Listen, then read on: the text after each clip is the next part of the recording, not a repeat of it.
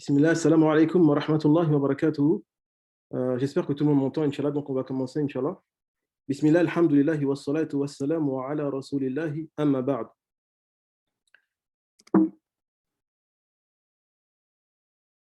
Donc, avant de nous plonger dans l'application de la science de la Balara sur la sourate Al-Qari'a, je fais une brève introduction pour rappeler ce que nous avons dit lors de la première intervention, Inch'Allah.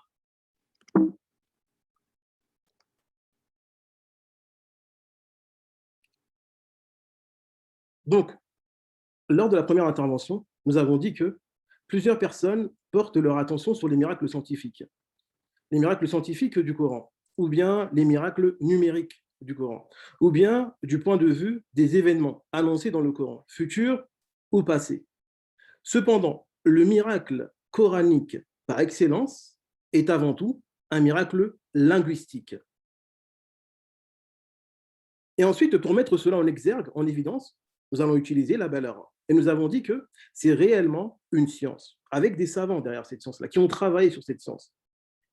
Et la balara est la porte pour ressentir le miracle coranique. Enfin, nous avons dit que la balara se divise en 3 grands chapitres. Le premier, nous avons dit ilmul ma'ani, qui va s'intéresser à la structure du mot, sa place dans la phrase et le sens porté par ce mot. Ensuite, la deuxième science de la balara était ilmul bayan, qui va s'intéresser aux images et aux figures de style. La troisième est ilmul badi', qui s'intéresse à la beauté, à la sonorité, au rim. Par exemple, al-qari'a, mal qari'a, wa ma adraka mal qari'a. On voit qu'il y a une rime à la fin. يوم يكون الناس كالفراش المبثوث وتكون الجبال كالعهن المنفوش. مبثوث منفوش. Ça va rentrer dans ilmul badi'. Donc maintenant que les bases sont posées, on a rappelé l'introduction du dernier cours, Inch'Allah, on va rentrer dans le sujet bi'iznillah. Donc vous êtes sans ignorer que le Très-Haut a défié les Arabes. Donc les Arabes en général, mais plus précisément ceux de la Mecque. Cette cité qui renfermait les plus éloquents parmi eux. Et les surahs de cette période sont nommés mécoises. Mais lorsque nous regardons ces surahs, nous trouvons que plusieurs d'entre elles sont courtes. Donc si les Arabes n'ont pas réussi à apporter des surahs équivalentes à celles-ci, ce qui prouve que ces courtes surahs sont porteuses d'une puissance linguistique les élevant au rang de miracles. Et le but ici est de mettre à jour ce caractère miraculeux à travers la langue arabe, et plus précisément à travers la balara. Car le miracle coranique, comme je l'ai dit précédemment, est avant tout linguistique. Donc rassurez-vous, comme dans le dernier cours, nous allons aplanir l'information. Nous allons rendre ça accessible à tous. Je vais tout exprimer en langue française, Inch'Allah. Le Très-Haut, dans son livre miraculeux, a exprimé le jour dernier à l'aide de plusieurs noms. At-Tam, As-Sakh, Al-Haq, Yawmul Hashr. Et donc, sachez que chez les Arabes, une chose qui possède des termes diversifiés, pour la nommer, est une chose importante. Comme le chameau chez les Arabes. Le chameau a plusieurs noms. L'épée a plusieurs noms. Le lion a plusieurs noms chez les Arabes. Ce qui marque l'importance de ces êtres chez les Arabes.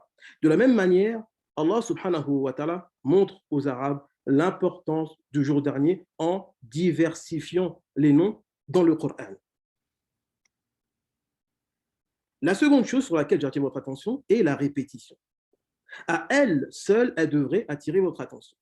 Car en langue arabe, la répétition est une chose détestable qui s'oppose à l'éloquence, de même qu'en français. Par exemple, je dis « Mohammed entre dans la maison ». Mohammed mange et ensuite Mohammed dort. Vous voyez qu'en français, cela ne se dit pas. On dit Mohammed pour le premier et on met des pronoms pour les autres. Mohammed entre dans la maison et il mange et ensuite il dort. C'est la même chose en langue arabe. Mais n'oublions pas qu'Allah subhanahu wa ta'ala est celui qui détient l'éloquence par excellence. Il ne peut pas faire une telle erreur.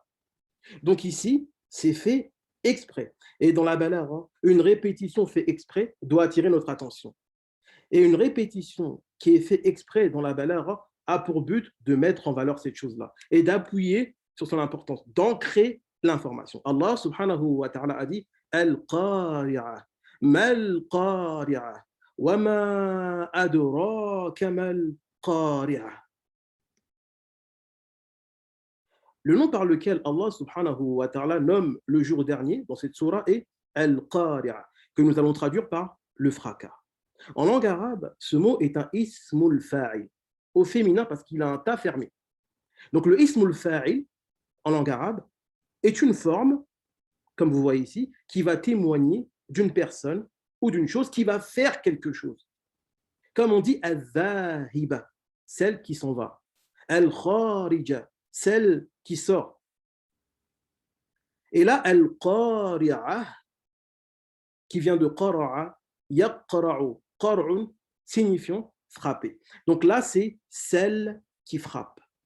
Et qara'a, en langue arabe, renvoie au fait qu'il y a un corps qui vient frapper contre un autre corps, telle une main qui vient frapper sur une porte.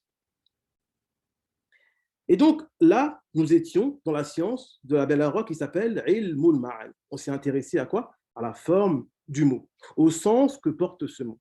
Passons à la seconde science, qui est ilmul bayan, qui est la science qui porte sur les images et les figures de style.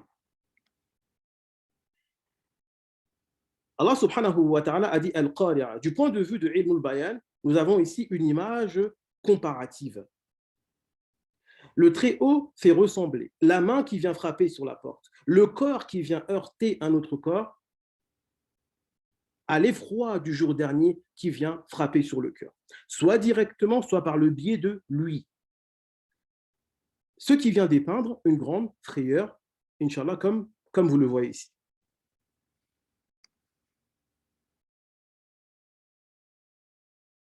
Le Très-Haut ici a utilisé le terme al-qari'a pour décrire une catastrophe, un fracas, un cataclysme.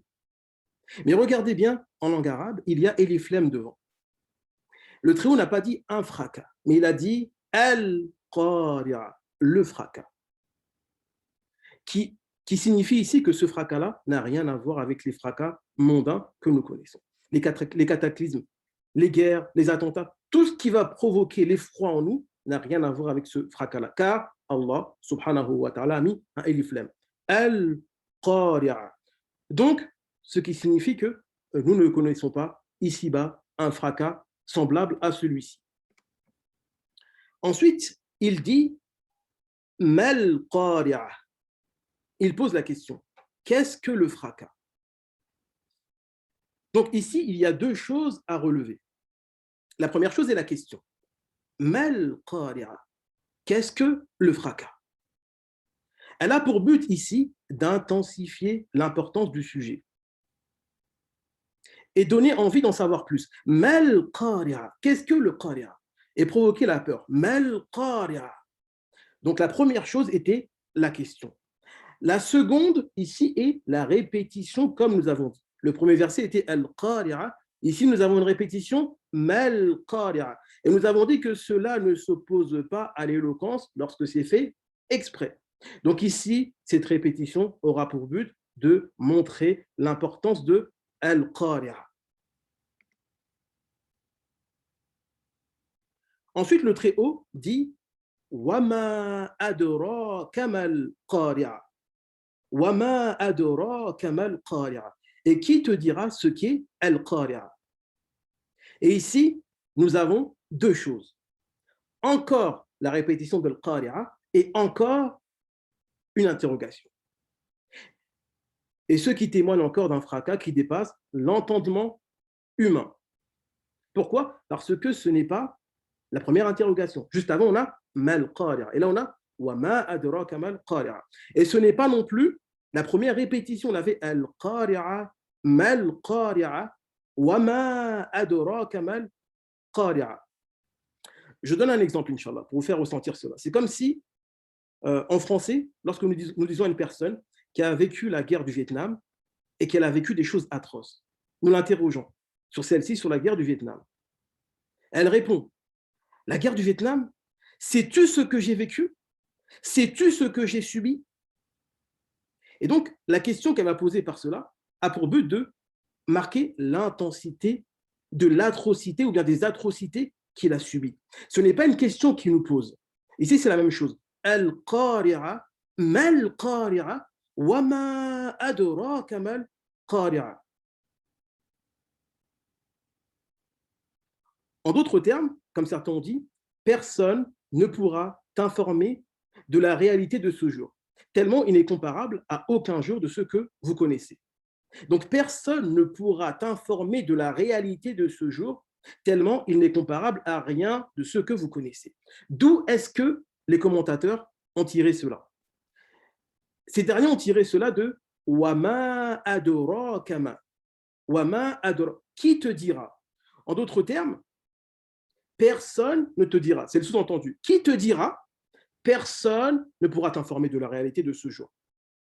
D'autres aussi ont dit tu n'as aucun moyen de connaître la réalité de ce jour si ce n'est en le vivant, car personne ne pourra te le dire, ne pourra t'en informer. Et tout ça, c'est tiré de Wama Adorok. C'est ce qu'il y a en plus de la question précédente. J'espère que vous me suivez. Et donc, par tous ces procédés linguistiques utilisés précédemment, le Très-Haut nous a transmis le caractère effrayant et immense de ce jour. Maintenant, je vous laisse imaginer ce que pouvaient ressentir les Arabes présents lors de la révélation, lorsqu'ils entendaient cela. Et sachez que leur compréhension était encore plus profonde que la nôtre. Lorsque le messager d'Allah, sallallahu alayhi wa sallam, leur lisait Al-Qari'a, Mal Qari'a, Wa ma adraka mal Qari'a. Avant de passer au verset suivant, j'attire votre attention sur autre chose concernant ce verset. Au niveau de la sonorité, comme nous avons dit, dans Ilm al-Badir, au niveau de la sonorité, dans la troisième interrogation, nous avons une prolongation. Et cette prolongation-là va venir renforcer, accompagner ce caractère effrayant. وَمَا أَدْرَاكَ مَا الْقَارِعَةُ. Et si nous voulons traduire cette émotion en français, il faudra dire et qui te dira ce qu'est le fracas? Et qui te dira? C'est-à-dire qu'il faut vraiment appuyer pour transmettre l'émotion qu'il y a en arabe. وَمَا أَدْرَاكَ مَا الْقَارِعَةُ. Ensuite, le Très-Haut commence à décrire ce qui se passera le jour de ce fracas, en évoquant les conséquences de ce fracas sur deux créatures, l'être humain et les montagnes. Il a commencé par l'être humain. Il a dit يَوْمَ يَكُونُ النَّاسُ كَالْفَرَاشِ الْمَبْثُوثِ. C'est le jour où les gens seront comme des papillons éparpillés. Donc ici, la comparaison est explicite à cause du cas. Donc les hommes sont comparés à des papillons. Entre les deux, il y a ka. يَوْمَ يَكُونُ النَّاسُ ka. Ka se traduit par comme. Donc on a une comparaison explicite.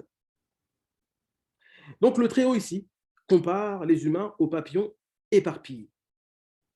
Et donc il est important de méditer sur les papillons. Ici, car le Très-Haut, qui est créateur de toutes choses, qui connaît parfaitement sa création, il a choisi cet exemple parmi toutes ces créatures pour nous décrire notre état au jour dernier. C'est que c'est le meilleur exemple qu'il a choisi, parce que ce n'est pas n'importe qui a choisi l'exemple, c'est Allah qui a choisi ce terme-là. Et comme j'ai dit, les termes du Coran, l'agencement relève du miracle. Et donc, c'est en méditant sur le comportement de ces insectes, ici-bas, que nous apparaîtra l'état de l'humain au jour dernier. Le terme en arabe est farash, qui renvoie pas forcément aux papillons en langue arabe, mais à des insectes faibles, qui se précipitent à la vue du feu, vers ce feu, qui ne sont pas organisés dans leur déplacement. Certains vont à gauche, d'autres à droite, et donc ces derniers s'entrechoquent. De plus, le Très-Haut a ajouté un descriptif. Il a dit éparpillé. Donc, en plus de se comporter ainsi, ces derniers sont éparpillés à divers endroits. Maintenant, appliquons cela à l'humain.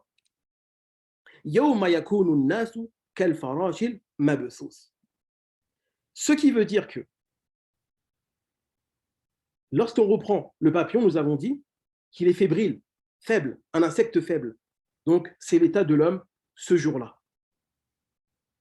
Il va être déboussolé, désorienté, au point où ils iront dans des directions différentes et se heurteront les uns les autres. Et de plus, ils seront éparpillés. Pourquoi? Parce qu'Allah subhanahu wa ta'ala va ressusciter au jour dernier les ancêtres de nos ancêtres de nos ancêtres. Ça veut dire des milliards et des milliards de créatures depuis les premiers hommes. D'où le terme éparpillé. Donc imaginez-vous toute la terre remplie d'humains éparpillés et qui sont trop chocs, qui ne savent pas où aller. Certains vont à gauche, d'autres à droite, d'autres devant, d'autres derrière. Ensuite, le deuxième exemple que le Très-Haut nous cite ici pour décrire le jour dernier est les montagnes. Le Très-Haut a dit وَتَكُونُ الْجِبَالُ كَالْعِهْنِ الْمَنْفُوشِ. Et les montagnes comme de la laine cardée. Ici, le Très-Haut a fait ressembler les montagnes, ces créatures immenses, fermes, composées de roches, à ce qui est totalement opposé, c'est-à-dire de la laine. Et comme nous avons dit, le Très-Haut a choisi cet exemple car il est le plus adapté. Et ici, il n'est pas question de laine seulement. Le Très-Haut a dit manfouch, manfouch, qui signifie dont les éléments sont séparés, distincts. Donc les montagnes ressembleront à de la laine divisée en morceaux, dont le plus petit vent suffit à éparpiller. Et donc, avec cela, va totalement disparaître son caractère ferme, puissant et fixe. Et en cela apparaît la grande puissance d'Allah subhanahu wa ta'ala, car il est le seul à pouvoir réduire une montagne à cet état. Maintenant, faisons le lien entre ces deux images, ces deux exemples. Donc, dites-vous que si une montagne comme celle-ci est réduite en poussière, comme de la laine cardée, donc imaginez-vous l'effet sur un humain. Donc, ce n'est pas étonnant que l'être humain soit déboussolé. Si une montagne est réduite à cet état, c'est normal que l'être humain soit totalement déboussolé. Et regardez, subhanallah, les deux opposés. D'un côté, Allah subhanahu wa ta'ala va faire apparaître une créature. Ça veut dire que l'être humain qui était poussière reprend vie. Donc, tous les êtres humains reprennent vie. Et de l'autre côté, une montagne qui était ferme devient poussière. Et ensuite, le Très-Haut, je reviens au verset, lorsqu'il a dit Yawma yakunu nasu kal farash al mabsus,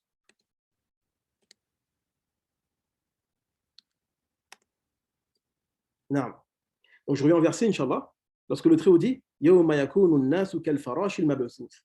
Ici, le Très-Haut a nommé les gens Nas. En règle générale, dans le Coran, Nas se rapporte à tous les gens en général. Il n'a pas dit les croyants, il n'a pas dit les mécréants, il a dit les gens. Donc cet exemple-là va s'appliquer à tout le monde. Mais cela ne signifie pas que cet état-là va continuer comme ça. Pourquoi? Parce que le Très-Haut nous explique qu'après, il y aura des choses, des éléments qui vont aider à distinguer entre les gens. Et donc, il va évoquer l'un de ces éléments. Et cet élément-là va permettre de savoir qui parmi ceux-là qui seront déboussolés aura le salut et qui sera perdant, Inch'Allah.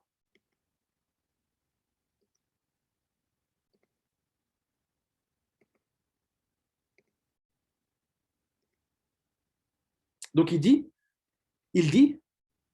فَأَمَّا مَنْ ثَقُلَتْ مَوَازِينُ.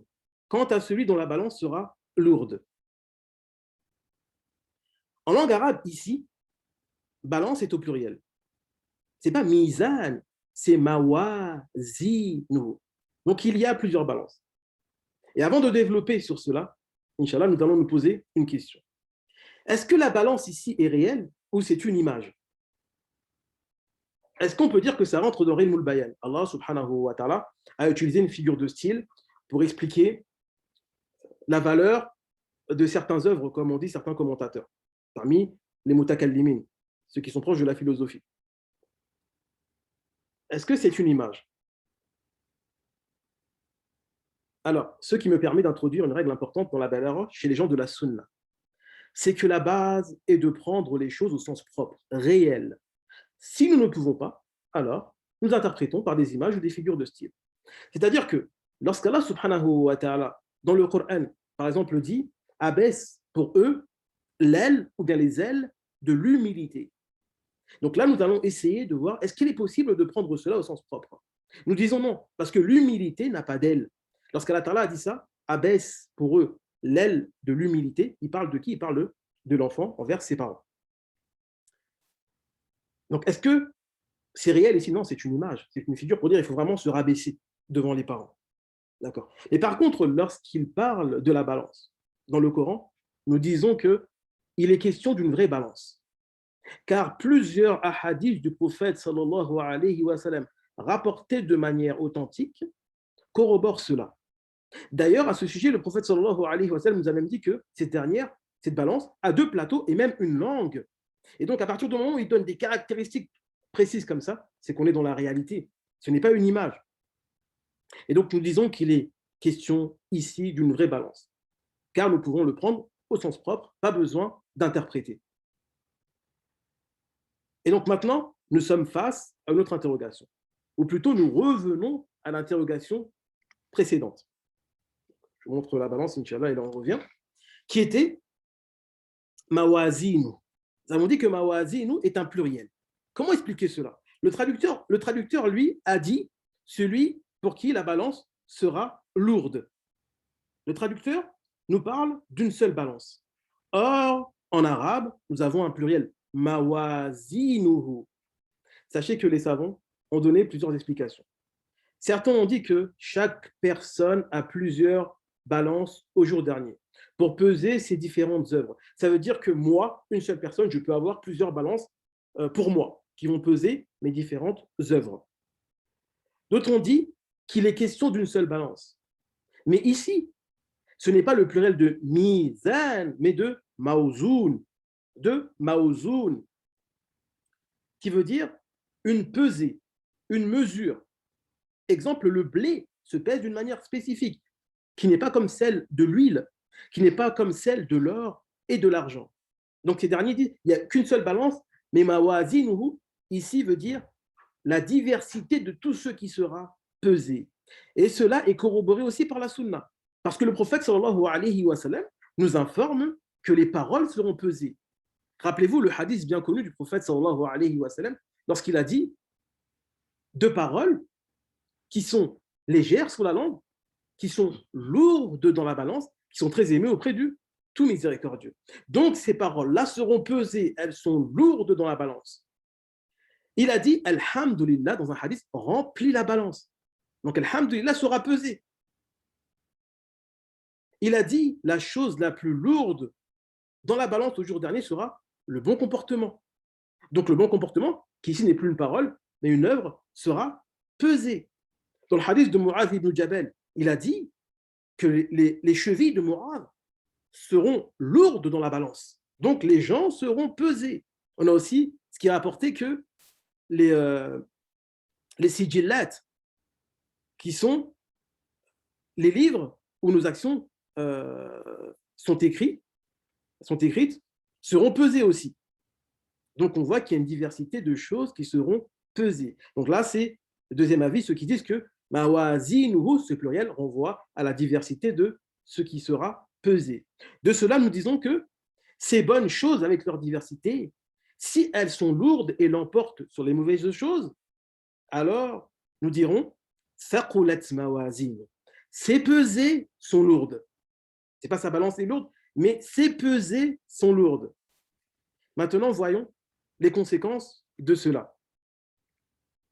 Le Très-Haut a dit fahuwa fi 'ishatir radiya. Fahuwa fi 'ishatir radiya.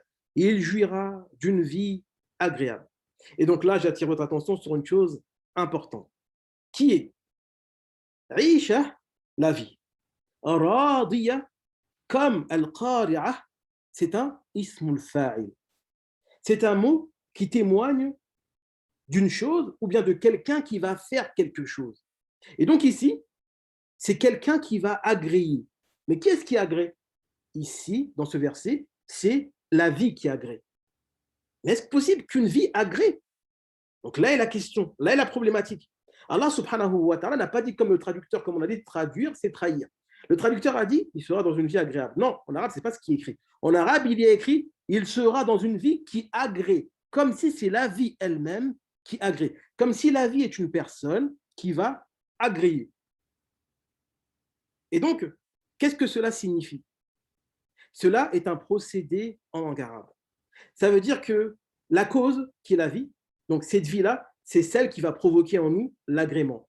On la place à la place du sujet. Au lieu de dire que quelqu'un va agréer cette vie, on va dire que c'est la vie elle-même qui va agréer. Et donc, ça, c'est plus fort en termes d'éloquence et en termes d'image. Donc, c'est comme si cette vie-là, elle est tellement bonne que c'est elle-même qui agrée. Donc, ce qui signifie que notre agrément à nous sera énorme. Cependant, j'attire votre attention sur un autre avis, qui est celui du noble savant, Shir Mohammed Amin Al-Shanqiti, auteur du célèbre exégèse du Coran par le Coran qui s'appelle Al-Adwa Al-Bayan. Et ce savant-là, qui est Shanqiti, était le professeur de Sheikh Al-Uthaymin, qu'Allah Ta'ala lui fasse miséricorde. Il dit, pour lui, la vie qui agrée est une réalité. Il n'y a pas de figure de style. Comment est-ce qu'il explique cela? Il dit, Al-Isha ici renvoie aux bienfaits du paradis. Ce n'est pas le paradis, mais ce sont les bienfaits, ce qu'on appelle en langue arabe Al-Na'im. Ce sont les bienfaits du paradis. D'accord. Ensuite, il dit que lorsque nous regardons, nous observons avec attention les textes religieux, nous voyons que les bienfaits du paradis nous agréent, nous, si on rentre. Les bienfaits du paradis agréent les parents, les croyants. Les bienfaits du paradis font ressentir aux croyants qu'ils les agréent. Donc pour lui, les bienfaits agréent. Analysons certains textes que le shir évoque. Il dit par exemple dans Surat Yasin, Allah subhanahu wa ta'ala dit, là, ils auront des fruits et ils auront ce qu'ils réclameront. Donc, ils auront ce qu'ils réclameront. Le shir a compris par cela, que le paradis agrée tellement les croyants qui leur donnent ce qu'ils réclament. Et ça, c'est un signe d'agrément. Donc, il ne tarde pas. Dès que les croyants veulent quelque chose, le paradis leur donne. Donc, il dit que c'est un signe d'agrément. Il dit, par exemple, dans Surat Az-Zumar, Allah subhanahu wa ta'ala dit, et ceux qui avaient craint leur Seigneur seront conduits par groupe au paradis. Puis, quand ils arriveront, quand ils parviendront et que ces portes s'ouvriront, les gardiens leur diront, salut à vous, vous avez été bons, entrez donc et demeurez éternellement. Donc, les portes font partie des bienfaits du paradis. Elles s'ouvrent pour les accueillir. Les gardiens aussi qui les accueillent chaleureusement. Donc, lui, il dit, ça c'est un signe que le paradis, les bienfaits font ressentir aux croyants qui l'agréent. Dans ce sens-là, il dit. Il a dit, par exemple, nous trouvons aussi dans Surat Ar-Rahman, verset 56, ils y trouveront les houris au regard chaste, qu'avant eux, aucun homme ou djinn n'aura défloré. Donc, il dit quoi? Ces femmes se préservent pour eux. Donc, elles les agréent comme mari. Et les houris sont les bienfaits du paradis, font partie des bienfaits du paradis. Il dit aussi dans Surat Al-Insan, verset 14, il dit, ces ombrages les couvriront de près, et ces fruits inclinés bien bas à portée de main. Donc, lorsque le croyant veut un fruit, les arbres s'inclinent vers lui, les branches s'inclinent. Et il dit, les branches, les arbres du paradis, les agréent aussi. Et ça, c'est un signe qu'on tire du verset. Donc, voilà comment le shir explique. Il dit ici, il n'y a pas d'image. فَهُوَ فِي عِيشَةٍ رَاضِيَةٍ عِيشَةٍ, ce sont les bienfaits du paradis et elles agréent réellement. Il n'y a aucune image. Donc, comme ça, vous avez les deux approches, Inch'Allah. Donc là, je vous laisse méditer un peu sur les bienfaits du paradis. Vous me direz en commentaire, Inch'Allah, lequel des deux avis vous convainc le plus? Est-ce ceux qui disent qu'il s'agit d'une image et qu'en réalité, on a mis la place de la vie à la place de l'homme pour insister sur l'énorme satisfaction que le croyant aura, ou bien vraiment ces branches-là, les femmes du paradis, les bienfaits du paradis montrent aux croyants qu'ils l'agréent. Ensuite, nous passons au second groupe, Inch'Allah. Le trio a dit quant à celui dont la balance sera légère. Ici aussi, le verset ne prête pas attention, je reviens au verset, aux mauvaises actions. Le verset s'intéresse qu'aux bonnes actions. Tout à l'heure, on a dit quant à celui dont la balance sera lourde. Mais donc, si une balance est lourde, donc de l'autre côté, c'est léger. Donc, il y aura beaucoup de bonnes actions, beaucoup plus de bonnes choses que de mauvaises. Donc, ces bonnes choses l'emportent. Mais ici, on voit qu'Allah Ta'ala n'évoque pas les mauvaises choses. De l'autre côté, pareil. Il dit quant à celui dont la balance sera légère. Et donc, on a dit, n'oubliez pas que l'auteur a traduit par balance, mais là, mawazinuhu, c'est un pluriel. Donc, les pesées, les différentes choses seront légères. Et ça rentre aussi celui qui n'a aucune action, comme les mécréants ou les gens qui n'ont aucune bonne action, qu'Allah nous en préserve. Et donc, ici, pareil, légère, qu'est-ce qui sera léger? Ce sont les bonnes choses, qui ne sont pas assez grandes. Donc, il y a beaucoup de mauvaises choses. Et comme on voit, le Très-Haut ne s'intéresse pas, n'évoque pas les mauvaises actions. Et donc, cela doit nous pousser à porter notre attention sur les bonnes œuvres et à multiplier nos bonnes œuvres, surtout dans cette période dans laquelle nous allons entrer, Inch'Allah, qui est le mois de Ramadan.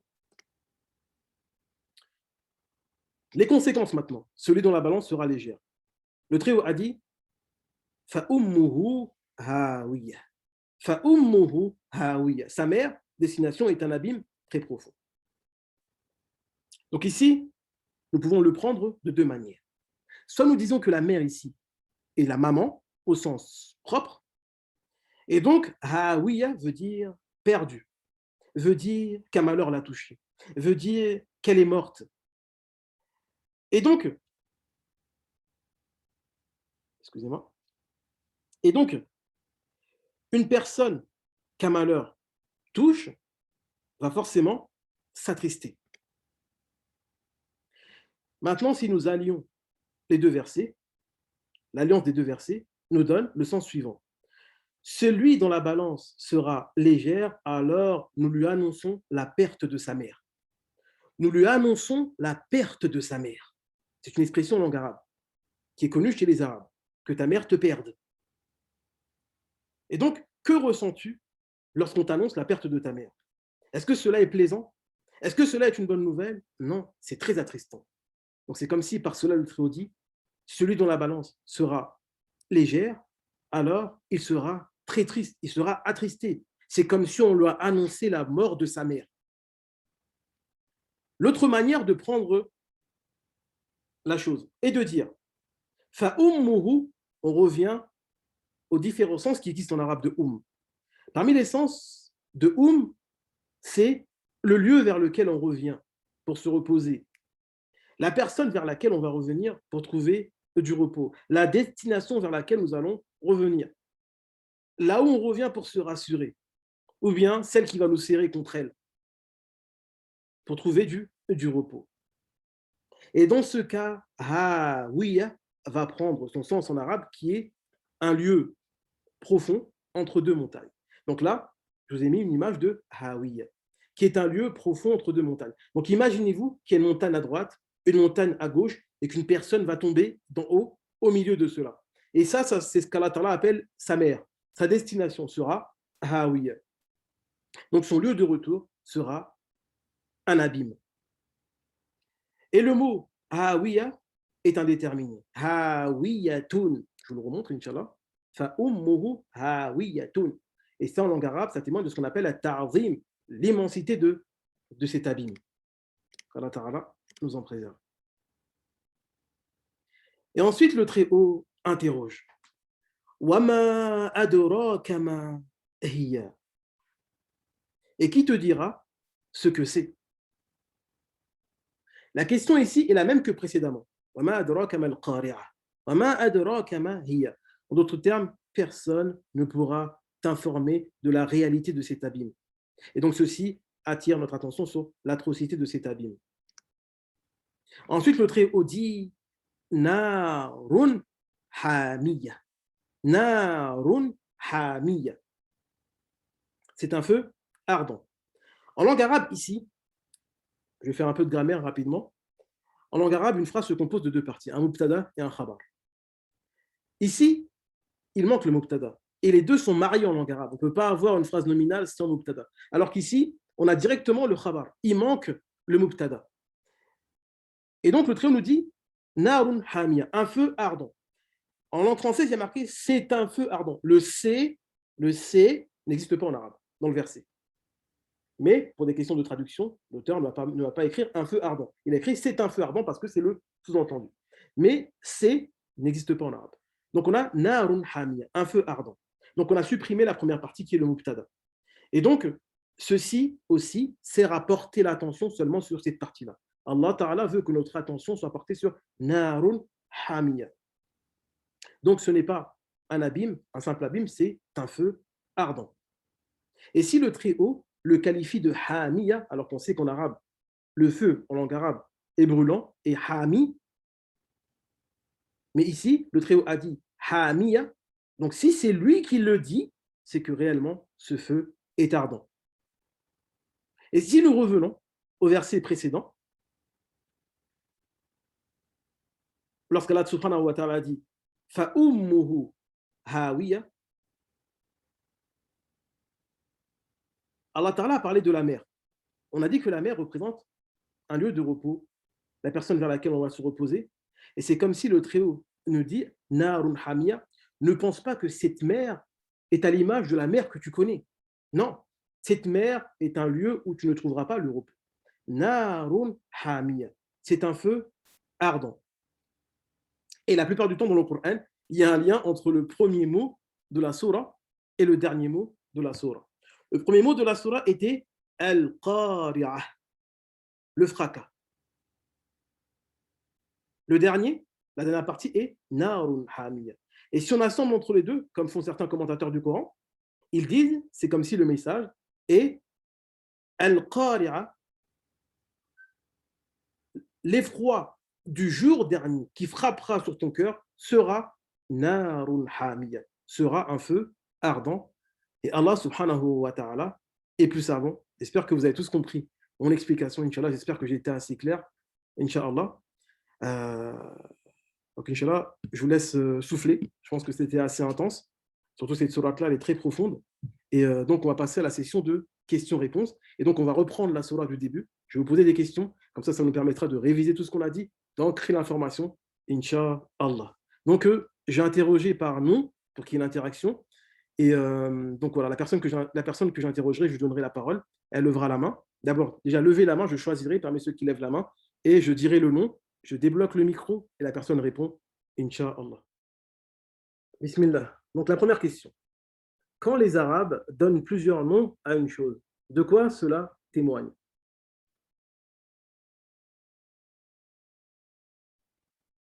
Quand les Arabes donnent plusieurs noms à une chose, de quoi cela témoigne? Première question.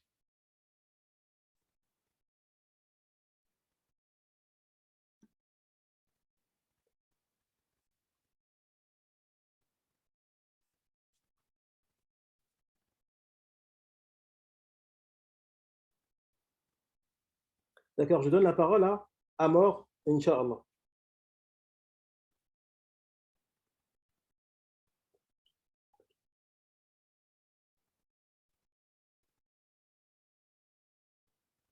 Bismillah, Akhi Amor, tu peux répondre à la question, Inch'Allah.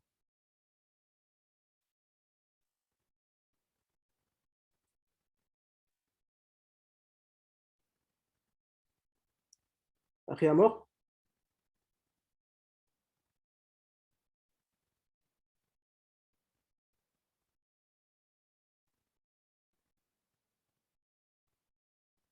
Akhi Amor, est-ce que tu arrives à répondre à la question? Donc, je ne sais pas si tu arrives pas, on passe à une autre personne, Inch'Allah.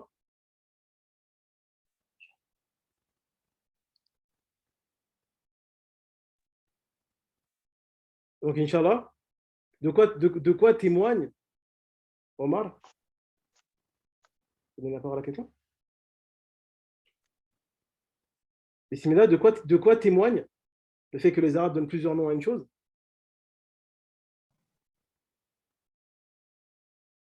Assalamu alaikum wa rahmatullahi wa barakatuh.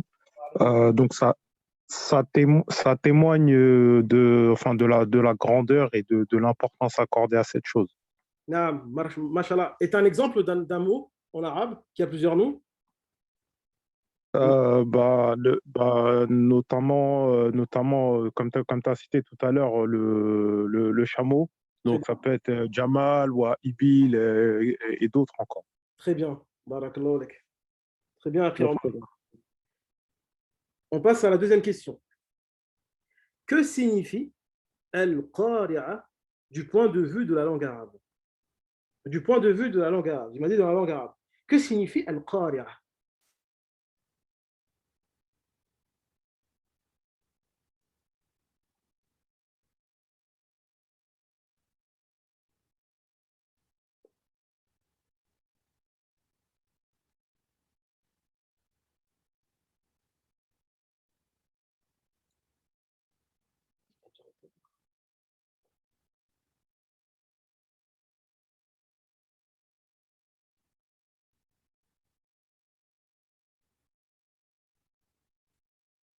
Donc, Akhi Jibril, tu peux répondre? Salam alaikum wa rahmatullahi ta'ala wa barakatuh. Wa alayka salam. Donc, au niveau de la langue arabe, je dirais que Al-Qari'a signifie deux corps qui se frappent l'un contre l'autre. Très bien, c'est presque ça. Ça veut dire qu'il y a un corps qui va aller frapper vers un autre. Rappelez-vous de l'image de la main qui vient vers la porte pour frapper. Est-ce que tu sais dans quelle science nous sommes ici? Dans la balagha. Non, là, on a- Alors, nous sommes dans la science de la balagha qui se nomme Ah oui, oui, la science de la balagha. Afwan, afwan, akhi. Naam. La balagha se divise en trois parties et nous avons dit que nous sommes dans Ilmul Ma'ani. Pourquoi? Parce que cette science-là s'intéresse, Inch'Allah, à la structure du mot, Inch'Allah.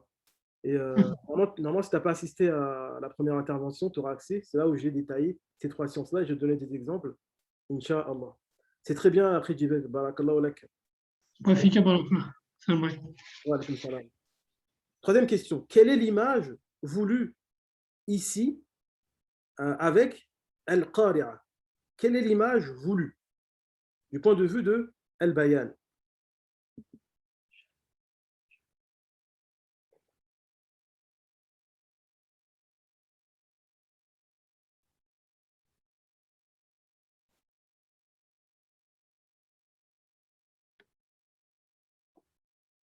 Donc, je crois qu'il y a une sœur qui lève la main depuis tout à l'heure, qui s'appelle Jeanne. Donc, si elle peut répondre à l'écrit, comme ça on voit si elle a juste ou pas.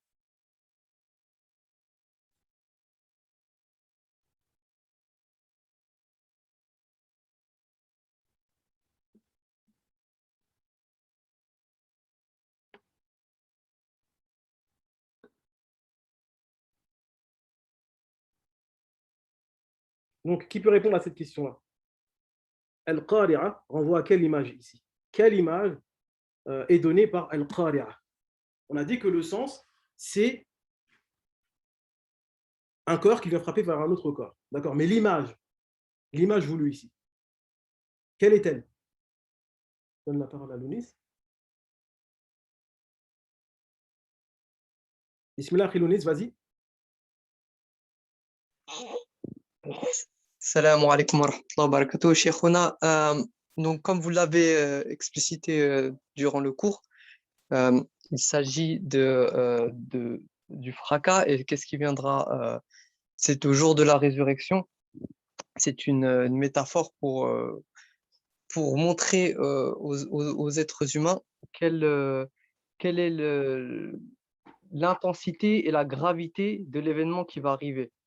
La suite des versets viennent confirmer En fait, dans une image, ici on a dit que c'est une image qui est comparative. Ça veut dire qu'il y a quelque chose qui ressemble à autre chose. Donc on a un corps qui vient frapper sur un autre corps, comme une main qui frappe sur une porte. Mais ça va ressembler à quoi au jour dernier? C'est-à-dire, Wallahu ta'ala alam, c'est l'arrivée de l'heure qui viendra. Naam. Alhamdoulilah, tu t'es rappelé d'une partie. La réponse, c'est qu'on a dit que l'image ici, c'est la peur du jour dernier qui vient frapper sur le cœur. La peur du jour dernier qui vient frapper sur le cœur. C'est une image comparative. En langue arabe, ça veut dire un corps qui frappe sur un autre corps. Dans notre contexte ici, qui est le jour dernier, c'est quoi? C'est l'effroi qui vient frapper sur le cœur. On a dit soit directement, soit par l'intermédiaire de ce que la personne va entendre, elle sera effrayée.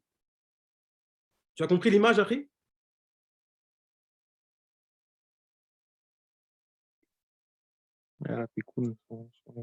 Tu m'entends? Jazakumullah khair. Je me suis juste mis en mute, c'est pour ça. Pardon, Afwan. Jazakumullah khair pour l'explication. C'est très clair. Ensuite, quel est le but d'interroger au sujet de Al-Qari'a? Quand Allah Ta'ala dit Mal Qari'a, quel est le but de l'interrogation? Est-ce qu'Allah Ta'ala attend de nous une réponse? Donc, on va donner la parole à Amor. Akhi Jeanne, la prochaine, elle est pour toi. Parce que je pensais que tu étais une sœur, mais tu es un homme. Donc, la prochaine est pour toi, Inch'Allah. Donc, donne la parole à Amor. Donc, Akhi Amor, est-ce que tu peux répondre? Assalamu alaikum. Est-ce que vous m'entendez? On t'entend bien, Akhi Amor. Donc, Alhamdulillah. Alors, en fait, c'est une question qui n'appelle pas de réponse, mais elle est là pour immensifier la situation vécue, comme pour l'exemple d'une personne qui aurait vécu la guerre du Vietnam et qui expliquerait en fait par une question, une interrogation, l'effroi de ce qu'elle aurait subi. Ahsanta, très bien, Akhi Amor, masha'Allah. Barakallahu fik. Alors, cinquième question. Que dénote la répétition en langue arabe? Que dénote la répétition en langue arabe? Akhi Diakité.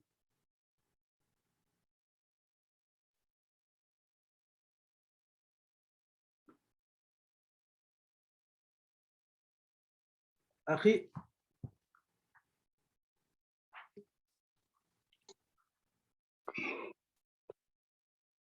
Salam alaikum. Wa alaykum salam wa rahmatullahi wa barakatuh, akhi. Le but de la répétition est d'attirer l'attention et de montrer l'importance de Al-Qari'a. Très bien, Akhi. Exactement. Le but est d'attirer l'attention et de montrer l'importance de Al-Qari'a. Ahsan. Très bien, Akhi Al-Habib. Alors, cette question-là, elle est pour le frère Amin. Inch'Allah. Donc, Amin, prépare-toi, Inch'Allah, celle-là, elle est pour toi. Que signifient les gens ici? Que signifient les gens? Je laisse activer ton micro. Que signifient les gens? Yoma yakunu nasu kal farashil mabthouth. Non? Allô? Oui, tu m'entends? Ouais, salam alaikum. Alors, je te remets le verset, Inch'Allah. Vous m'entendez? Oui, on t'entend, Inch'Allah. Donc, que signifient les gens? Alors, comme tu l'as expliqué, les gens signifient là, Kalfarashi, comme des papillons. Et Alors, tu disais. Alors, moi, je veux pas que tu m'expliques la comparaison. Je veux que tu m'expliques les gens. C'est qui les gens ici? C'est des mécréants? C'est qui? C'est tout le monde, ça sera tout le monde. Arsenta, c'est tout le monde. C'est bon? Tout le monde est concerné par cette situation-là. C'est très bien. Comme je t'ai sauté tout à l'heure, je te donne la deuxième question. Que signifie la comparaison aux papillons éparpillés? C'est-à-dire, ça sera comme des insectes qui sont faibles et Yarni qui vont dans tous les sens et qui sont. Voilà, qui ne savent pas où ils vont. Arsenta, très bien, exactement. On a dit qu'en observant, comme Allah Ta'ala a choisi El Farash comme exemple, et que c'est le créateur de toutes les créatures, donc c'est le meilleur exemple, et qu'il faut justement, si lui a choisi, ça doit nous amener à méditer sur ce terme-là. Et donc, il faut méditer sur les papillons ici-bas. Comment se comportent-ils? On a dit que ce n'est pas forcément des papillons, ce sont les insectes qui se précipitent vers le feu, qui sont désorganisés, qui s'entrechoquent. La situation de l'homme au jour dernier sera ainsi, Inch'Allah. Arsène, tu as très bien, Akhi Amin. Shukran. Afouane. Alors, notre question, que signifie la comparaison des montagnes à de la laine cardée? Qu'est-ce que cela démontre?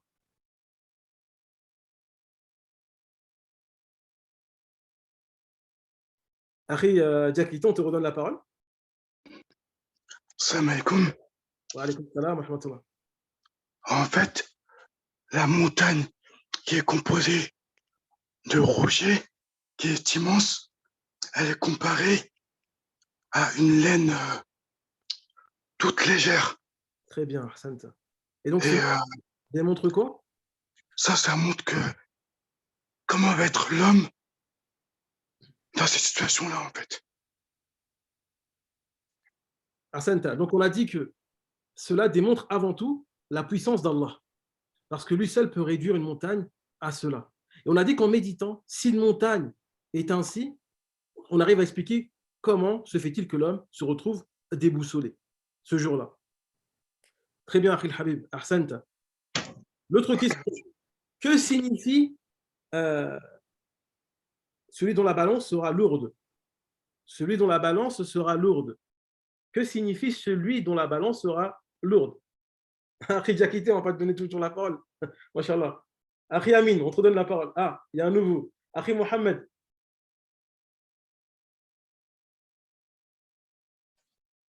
Assalamu alaikum wa rahmatullahi wa barakatuh. Wa alaykoum salam, Akhi Mohamed. Afin, tu peux juste répéter la question? Alors, la question, que signifie celui dont la balance sera lourde? Ce sera la personne.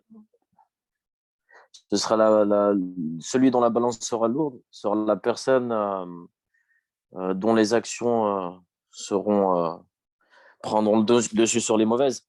Exact. On a dit déjà ici la balance lourde, on parle des bonnes actions, on ne s'intéresse pas aux mauvaises. D'accord. Deuxièmement, on a dit quoi sur la balance? Il y a combien de balances? Elles sont diversifiées, il y en a plusieurs. Exactement. Donc on a dit que certains ont dit qu'il y a plusieurs balances pour une seule personne et d'autres ont dit qu'il y a plusieurs choses différentes pesées pour la même personne et on a donné les preuves de la sunna qui prouvent qu'au jour dernier, plusieurs choses seront pesées. Arsène Taqil Habib, c'est très bien. Barakallahu fik. Salam alaikum wa rahmatullah. Salam wa rahmatullah wa barakatuh.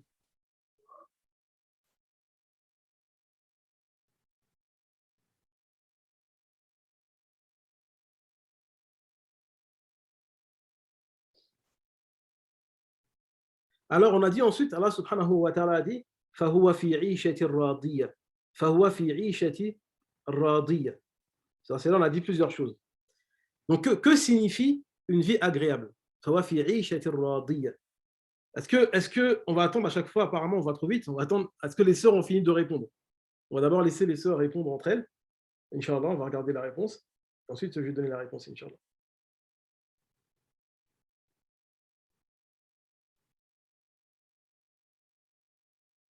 Akhi Abdillah, la question sera pour toi, Inch'Allah. Est-ce que les sœurs ont fini de répondre? Pas encore? On va attendre un peu que les sœurs répondent, Inch'Allah.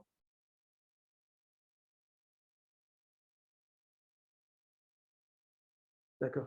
Donc, Akhi Karim, j'écoute pour ta réponse, Akhi Abdillah. Tu peux débloquer ton micro et répondre, Inch'Allah.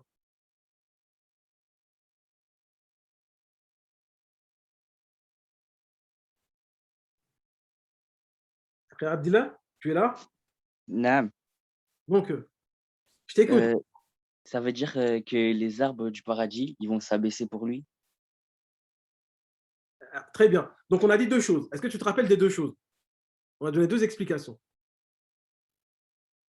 On a dit ici, en langue arabe, il n'est pas écrit une vie agréable. Il y a écrit une vie qui agrée, comme si la vie est une personne qui, elle, agrée. D'accord? Oui. Donc, on a dit que cela va dénoter du fait qu'on agréera vraiment le paradis si on y a accès.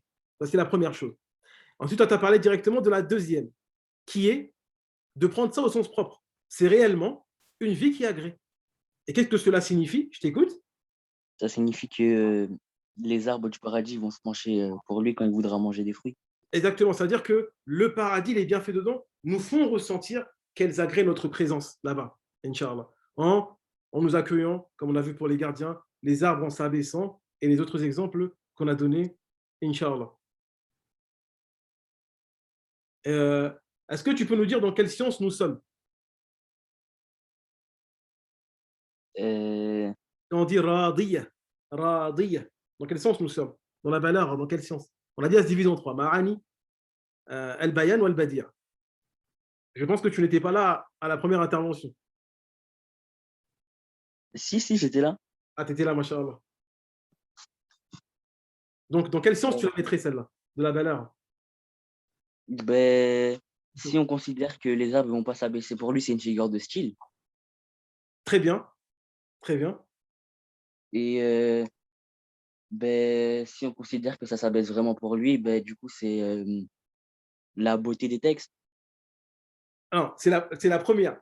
Encore, si on considère que on est au sens figuré, c'est une image, donc là, on est dans Ilmul Bayan. Si on considère que c'est vraiment le sens, le paradis va agréer, alors on est dans Ilmul Ma'ani, parce qu'on s'est intéressé à la forme. Radiya, c'est quelqu'un qui fait quelque chose. C'est bon? Donc là, on avait le choix entre deux sciences, Ilmul Ma'ani et Ilmul Bayan, Inch'Allah. Est-ce que tu as reçu la rediffusion du premier cours? Non. Tu nous contactes, Inch'Allah, comme ça je te l'envoie, comme ça tu l'auras, Inch'Allah. Ok, barakallah. Fika barakallah.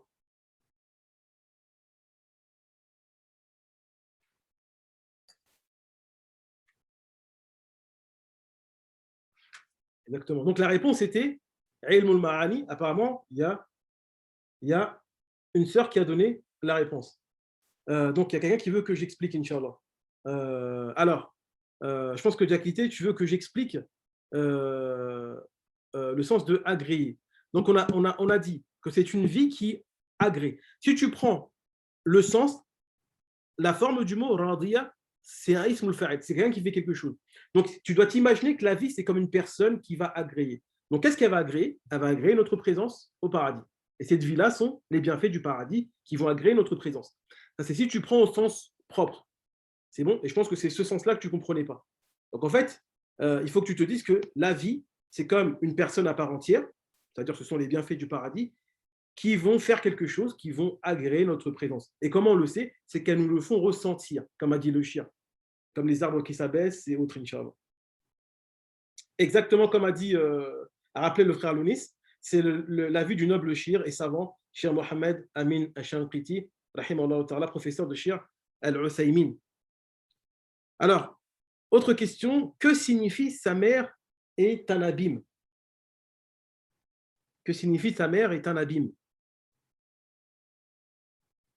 فأمه هاوية. Je remets le verset, Inch'Allah.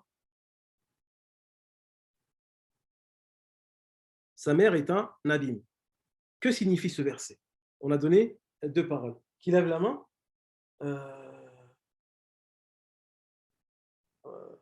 On va donner la parole au frère Mohamed de nouveau, Inch'Allah. Bismillah, akhi Mohamed. Enfin, j'interviens deux fois. En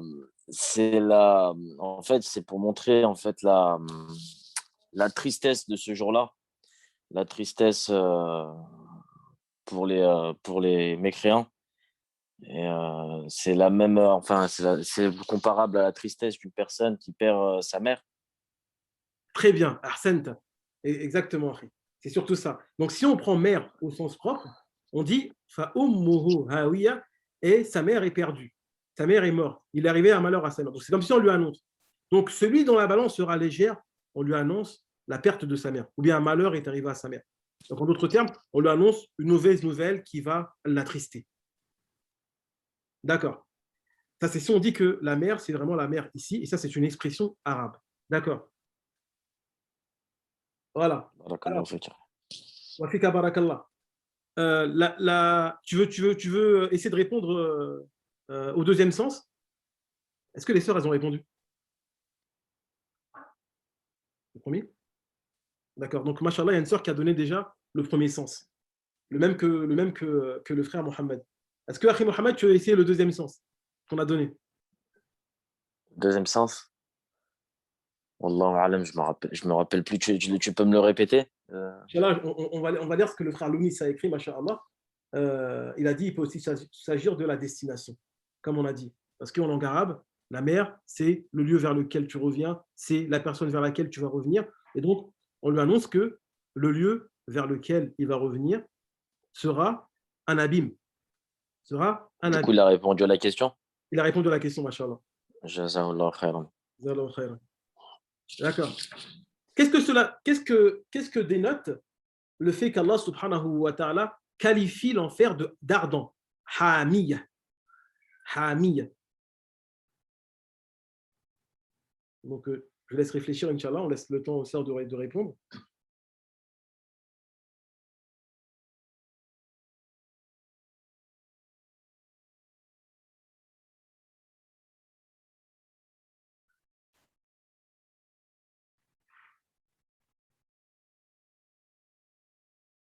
Donc, Inch'Allah, on va donner la parole au frère Abdillah.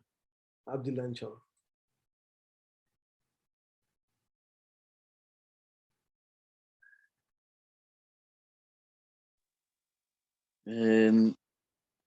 Ça veut dire que la personne qui va être en enfer, elle va souffrir. À peu près, on peut dire ça, mais j'attends une autre réponse. Le fait qu'Allah Ta'ala, lui, nomme ce feu de Hamiyya, Narun Hamiyya. Pour dire que c'est un feu qu'on n'a jamais vu, on n'a jamais.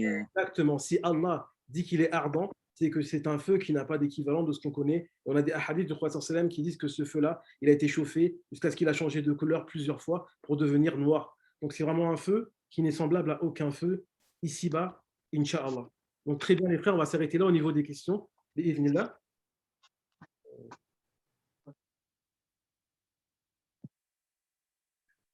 D'accord. Et donc il y a une sœur, Masha'Allah, qui a très bien répondu, Barakallahu laha. Elle a répondu que Narun Hamiyya, elle s'est rappelé qu'il n'y a pas de mubtada. Donc c'est la seule règle de grammaire que j'expliquais, elle s'est rappelée, et que l'attention va être portée sur l'information qui est le khabar ici, Narun Hamiyya. On a dit que c'est un feu ardent, le C n'est pas présent en arabe. En arabe, il y a simplement un feu ardent. Donc ici, c'est pour porter l'attention sur cette partie-là, Inch'Allah. Donc, les frères, je vous remercie de votre attention. Vous avez été un auditoire excellent, exceptionnel, parce que, machallah, j'ai vraiment vu que ce que j'ai transmis a été compris, cela à travers les questions. Donc, je remercie vraiment tout le monde d'avoir écouté. Donc, Inch'Allah, le cadeau va être remis à quelqu'un, Inch'Allah, bi'idhnillah. Une sœur et un frère. Je vais réfléchir parce que chez les frères, il y a beaucoup de concurrence, il y a beaucoup de réponses. Donc, le cadeau, ce sera la formation en Balara, Inch'Allah, qui est en préparation, qui sera bientôt prête, Inch'Allah. Du moins, au moins la première partie, la Balara se divise en 3. La partie Ilmul Ma'ani, Inch'Allah. Donc, elle va consister en quoi? Elle va consister à vous donner les outils qui vous permettent de faire ce que je fais actuellement. Parce que là, je vous fais voyager un peu, je vous fais vivre la chose, je vous fais voir ce qu'il y a derrière ces termes-là. Mais ce qui serait bien, c'est que vous sachiez le faire vous-même et d'avoir les outils nécessaires pour que lorsque vous lisez le Coran, vous le décryptiez comme je le fais maintenant en vous appuyant sur ces règles-là. Et bien sûr, Inch'Allah, en allant vérifier chez les commentateurs du Coran, est-ce que ça rejoint les sens qui ont été donnés par les grands commentateurs, par les plus prédécesseurs et d'autres, Inch'Allah. Donc, on va réfléchir, on va contacter la personne qui aura le cadeau, Inch'Allah. Pour conclure, je vais parler un peu de notre institut, Inch'Allah. Donc, on a un institut en langue arabe qui s'appelle Sawardi Institute. Donc, on enseigne sur la même méthode. Le but aussi, c'est de mener les gens à comprendre la balara. Et la balara repose sur la conjugaison, la grammaire, donc il faut y passer, mais on a une méthode bien précise, bien particulière à nous, qui est bâtie sur comme j'ai fait. Je suis pour le fait de simplifier, je suis pour le fait d'aplanir. Je pense qu'apprendre la grammaire sur la méthode actuelle, qui est avec de la terminologie marfour, mansoub, ghayr munsarif, jam'u taksir, je ne pense pas que c'est la méthode la plus adaptée, encore moins pour les francophones, et de faire qu'ils analysent des phrases. Je pense qu'il y a d'autres moyens plus agréables d'arriver à comprendre. Et c'est pour ça qu'on enseigne sur cette manière-là, de cette manière-là. Donc, on a 3 niveaux. On a un niveau qui s'appelle débrouille. Celui qui finit ce niveau-là, il est capable de se débrouiller, comme on dit, on le laisse dans un pays entre les Arabes. Il est capable d'acheter des choses, de parler, d'exprimer des choses. Deuxième niveau, c'est le niveau qui s'appelle comprendre les savants. Donc, à la fin de ce niveau-là, justement, on commence à rentrer dans les audios des savants, écouter avec lui. Et normalement, il est censé être capable de comprendre et il peut poser ses propres questions aussi aux savants, les composer. Il arrive à lire sans voyelle aussi, les textes sans voyelle, Inch'Allah, à la fin du tome 2. Et le dernier niveau, c'est ce qu'on appelle bilingue, c'est que la personne elle est vraiment à un niveau où on revient de l'arabe ancien. Le but, c'est de l'aider à rentrer dans les textes anciens comme le tafsir, comme l'histoire des compagnons.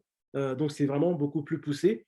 Et aussi de l'aider à rentrer dans l'arabe médiatique. Parce que beaucoup de gens qui étudient en Égypte et ailleurs sont capables de comprendre des choses qui concernent les savants et autres, mais lorsqu'ils sont devant les médias, ils ne comprennent plus rien. Pourquoi? Parce que l'arabe médiatique est un autre arabe qu'il faut connaître, Inch'Allah. Il y a une méthode pour l'apprendre, Inch'Allah, qu'on propose au tome 3, Inch'Allah. Donc là, j'ai fait à peu près le tour, Inch'Allah. Vous apprenez aussi à utiliser le dictionnaire pour pouvoir nager tout seul. Donc le but, c'est vraiment vous donner une autonomie en langue arabe à la fin et vous permettre aussi ensuite d'entrer dans la balagha comme on l'a fait actuellement, Inch'Allah. Donc je terminerai par le fait de vous montrer l'adresse du site, Inch'Allah. Pour ceux qui sont intéressés par l'Institut, qui veulent s'inscrire, marhaban bikoum, vous serez bien accueillis. Il y a 2 élèves il y a 2 professeurs par élève, Inch'Allah, parce qu'on estime qu'il faut un professeur qui aide dans la théorie, un professeur qui aide dans la pratique à discuter, Inch'Allah. Donc, est-ce qu'il y avait des questions?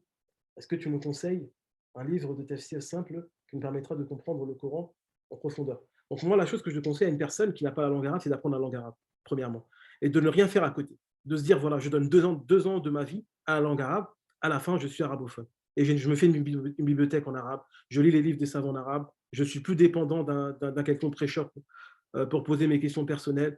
Donc voilà, il faut vraiment, vraiment pour moi, avoir la langue arabe, c'est passer un cap dans sa religion. Sinon, on fait du surplace, on reste toujours sur les mêmes choses, Inch'Allah. En général, une personne qui a la langue arabe, au bout d'un moment, devient très occupée parce que voilà, elle commence à rentrer dans la mer de la science. Donc, d'ailleurs, la compréhension est beaucoup plus importante que l'apprentissage par cœur, parce que beaucoup donnent beaucoup d'importance à apprendre par cœur le Coran. Or, lorsqu'on est pubère, apprendre le Coran n'est plus une obligation. N'est pas une obligation même à la base, mais lorsqu'on est pubère, encore moins, parce que la législation nous demande de comprendre et d'appliquer avant tout.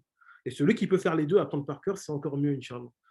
Donc voilà, j'enjoins vraiment aux gens de commencer par la langue arabe et de ne rien faire à côté. Lire le Coran, certes, mais pas apprendre par cœur, pas faire du tawhid, lire en français. Si vous voulez lire des trucs, lisez des trucs en français dans le tawhid, des trucs en français sur le paradis, l'enfer, pour entretenir la foi.